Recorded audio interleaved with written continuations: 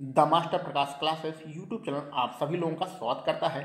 उत्तर प्रदेश में जूनियर शिक्षक भर्ती की तैयारी करने वाले सभी अभ्यर्थी अपना पेपर दे चुके हैं और पेपर देने के बाद हमारी मेरिट कितनी जाएगी, कितने गुणांक पर हमारा सिलेक्शन हो जाएगा, इन्हीं सब चीज़ों के बारे में चर्चा चल रही है। मेरा सिलेक्शन होगा कि नहीं होगा, किसका सिलेक्शन होगा, किसका सिलेक्शन नहीं होगा, इन्हीं सब चीज़ों के बारे में हम लोग दिन रात चर्चा कर रहे हैं। लेकिन अभी भी हमारे पास एक ऐसा प्रश्न है जिसका उत्तर ना तो सरकार ने दिया है और ना किसी अभ्यर्थी को उसका उत्तर पता है। उसी प्रश्न का उत्तर निकालने के लिए हम लोगों ने ये छोटा सा वीडियो बनाया है और इस वीडियो में जो कुछ भी बातें कही जाएंगी वो मेरा व्यक्तिगत मत रहेगा। आप लोगों का उस पर क्या विचार है वो सारी चीज़ें आप कमेंट बॉक्स में लिख सकते हैं। तो भैया प्रश्न क्या है? प्रश्न ये है कि 50 नंबरों का तो एक अनिवार्य प्रश्न पत्र हो गया, ठीक है, अच्छी बात है। उसके अलावा जो हमने 100 नंबरों का पेपर दिया है और 100 नंबरों में आपके 5 सब्जेक्ट थे, हिंदी था, संस्कृत था, अंग्रेजी था, सामाजिक अध्ययन और गणित और विज्ञान। ये 5 सब्जेक्ट थे। पांचों में से कोई एक सब्जेक्ट आपको चुनकर इस 100 नंबरों का पेपर देना था। तो अब सबसे बड़ा प्रश्न है कि हमारी जो मेरिट बनेगी वो संयुक्त मेरिट बनेगी कि अलग अलग सब्जेक्ट की अलग अलग मेरिट बनेगी। यही हमारे पास आज का प्रश्न है। अलग अलग सब्जेक्ट की अलग अलग मेरिट बनेगी अथवा संयुक्त मेरिट बनेगी। ठीक है, तो चलिए इसी चीज़ पर हम लोग चर्चा करते हैं। जैसा कि आप सभी लोगों को पता है कि आपके टोटल जो विज्ञप्ति है वो 1500। यहाँ पर हम लोग जो प्रधानाध्यापक के 300 पद हैं उसकी अभी चर्चा नहीं कर रहे हैं। तो टोटल 1500 हमारे पास पोस्ट है। जब जैसे कि टीजीटी का आपका विज्ञापन आता है या पीजीटी का विज्ञापन आता है तो उसमें क्या होता है कि टोटल पोस्ट बता दी जाती है कि भैया इतने पद हैं, 4000 5000 पद खाली हैं और प्रत्येक सब्जेक्ट की पोस्ट बता दी जाती है कि हिंदी में 200 पद हैं, विज्ञान में 300 पद हैं, आपके गणित में 600 पद हैं। इस प्रकार अलग अलग सब्जेक्ट के लिए अलग अलग कितने पद खाली हैं ये भी आपको बता दिया जाता है। टोटल कितना पद है ये भी आपको बता दिया जाता है। लेकिन जूनियर शिक्षक भर्ती में ऐसा कुछ नहीं किया गया है। ये जो भर्ती है ये जीवन में पहली बार हो रही है। जब से देश आज़ाद हुआ है तब से पहली बार ये भर्ती हो रही है। एडेड विद्यालय में गवर्नमेंट के द्वारा पहली बार ये भर्ती की जा रही है, इस प्रकार की भर्ती। ठीक है, तो अब इस प्रकार की भर्ती में जब पहली बार कोई चीज़ होता है तो वहाँ पर स्पष्ट नियम नहीं रहते हैं। जल्दबाजी में ये भर्ती निकाली गई। निकालने के बाद सब्जेक्ट को लेकर बहुत बवाल हुआ। अभ्यर्थियों ने मांग किया कि किस सब्जेक्ट की कितनी सीटें हैं, कौन कौन से सब्जेक्ट का विज्ञापन है। तो ऐसे कंडीशन में सिर्फ आपको 5 सब्जेक्ट दे दिए गए। उसका कौन इसके लिए आवेदन कर सकता है ये बता दिया गया, लेकिन किस सब्जेक्ट की कितनी सीटें हैं ये आपको नहीं बताई गई हैं।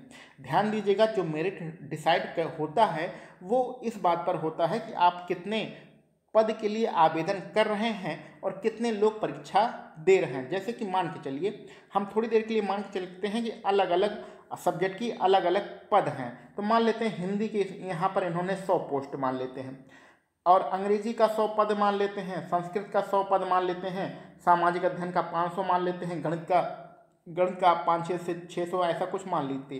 तो मान लेते हैं अगर हिंदी के 100 पद हैं, हिंदी के मात्र 100 पद हैं।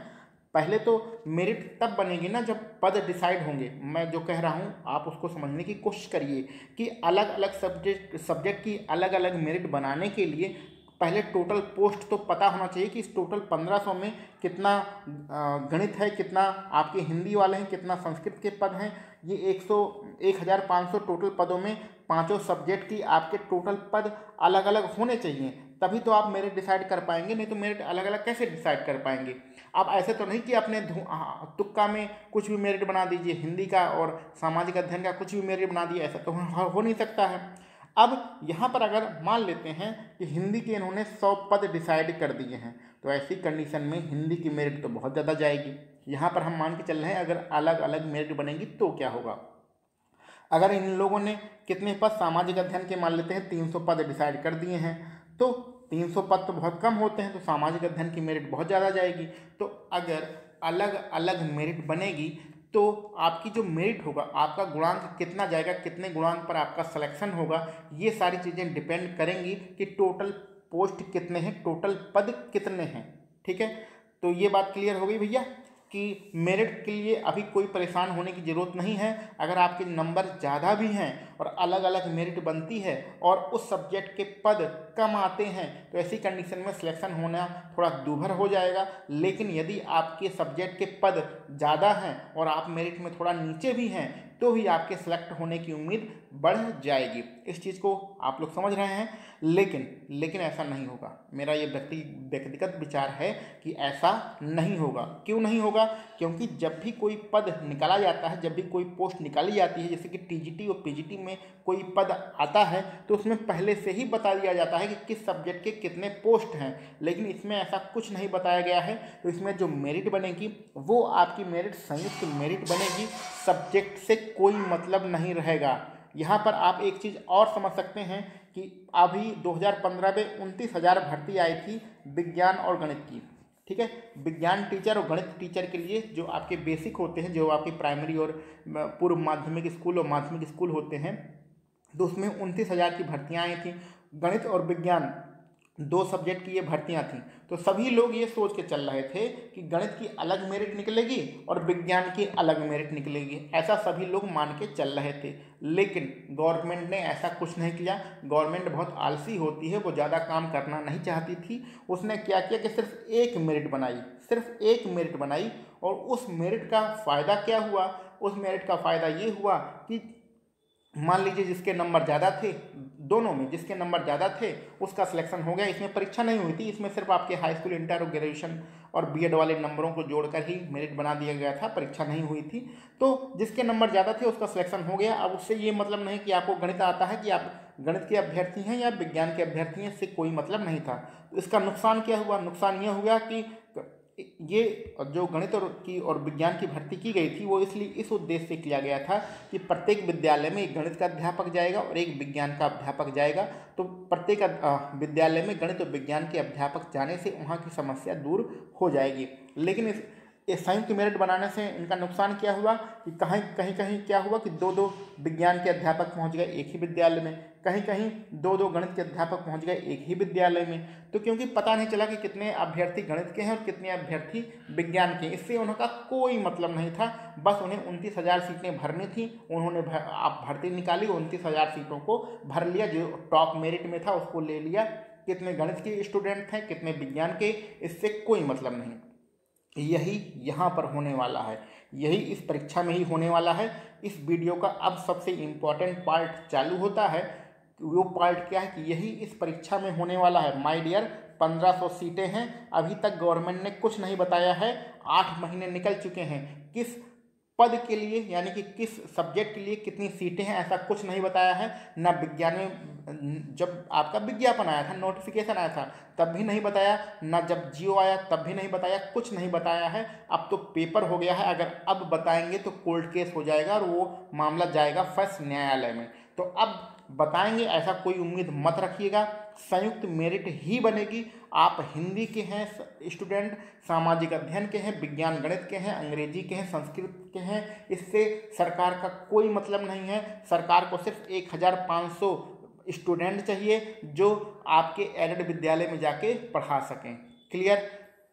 जो सरकार की अभी सोच लग रही है, रणनीति लग रही है, जिस दिशा में वो काम कर रही है, उसको देखकर मुझे व्यक्तिगत रूप से लगता है कि जो मैं कह रहा हूँ वही होगा। अलग अलग सब्जेक्ट की अलग अलग मेरिट नहीं बनेगी। क्लियर? संयुक्त मेरिट बनेगी। जिसका नंबर ऊपर रहेगा वो सेलेक्ट होगा, जिसका नंबर नीचे रहेगा वो रह जाएगा। भले ही आप अपने सब्जेक्ट में टॉपर हैं, लेकिन जब ओवरऑल मेरिट बनी तो क्या हुआ कि आप अगर नीचे रह गए तो आपको नौकरी नहीं मिलने वाली। यहाँ पर एक चीज़ और गौर करिएगा कि यहाँ पर टोटल कितने आवेदन किए गए हैं ये तो सबको पता है। टोटल कितने लोगों ने परीक्षा दिया है ये भी सबको पता है। लेकिन टोटल हिंदी के कितने स्टूडेंट हैं ये किसी को नहीं पता है। टोटल विज्ञान के कितने स्टूडेंट हैं ये भी किसी को नहीं पता है। और टोटल सामाजिक अध्ययन के कितने स्टूडेंट हैं ये भी अभी तक किसी को नहीं पता है। वैसे परीक्षा खत्म हो चुकी है। परीक्षा के बाद एक डाटा गवर्नमेंट के पास पहुंच चुका है। उस डाटा को पहुंचने के बाद डाटा से गवर्नमेंट ये निकाल सकती है कि हिंदी का, संस्कृत का और गणित का, आपका गणित का और सामाजिक अध्ययन का, इन सब का पेपर कितने कितने लोगों ने दिया है। ये डाटा आराम से गवर्नमेंट निकाल सकती है। लेकिन इतना काम गवर्नमेंट नहीं करती है। इतना दिमागी काम गवर्नमेंट नहीं करती। गवर्नमेंट सीधा रास्ता अपनाती है, सरल रास्ता अपनाती है। अभी तक आपका सब्जेक्ट डिसाइड नहीं किया है तो आगे भी आपका सब्जेक्ट डिसाइड नहीं करेगी। संयुक्त मेरिट बनेगी। आप किसी भी सब्जेक्ट को हो, कोई मतलब नहीं है। आप ऊपर हैं तो आपको नौकरी मिलेगी, आप नीचे हैं तो नौकरी नहीं मिलेगी। यही इस वीडियो का मेन कंक्लूजन था। ये मेरा व्यक्तिगत विचार है। बाकी आपको क्या लगता है आप कमेंट बॉक्स में ज़रूर बताइएगा। आपकी क्या राय है गवर्नमेंट के लिए, आप क्या सुझाव देना चाहते हैं गवर्नमेंट के लिए, और कुछ भी आप कहना चाहते हैं तो कमेंट बॉक्स का उपयोग कर सकते हैं। तो चलिए मिलते हैं हम लोग अपने अगले किसी वीडियो लेक्चर में। और हाँ, एक बात और, गुणांक कैसे निकाला जाता है, किस गुणांक के आधार पर आपकी सिलेक्शन होगा, इसकी एक अलग से वीडियो बनाई गई है। तो आप उस वीडियो को जाके देख लीजिएगा, जिसका हम लोग लिंक डिस्क्रिप्शन बॉक्स में दे देंगे। तो उससे आपको समझ में आ जाएगा कि ये जो आपका 150 नंबर का पेपर है ये 60 गुणांक के बराबर है, और जो आपका एकेडमिक है वो 40 गुणांक के बराबर है। तो उसका क्या मतलब होता है, कैसे निकाला जाता है, बहुत ही आसान तरीका बताया गया है उसमें गुणांक निकालने का। तो उस वीडियो को डिस्क्रिप्शन बॉक्स में लिंक रहेगा, जाके देख लीजिएगा। तो चलिए मिलते हैं हम लोग अपने अगले किसी वीडियो लेक्चर में। आप सभी लोगों को वीडियो देखने के लिए बहुत बहुत धन्यवाद।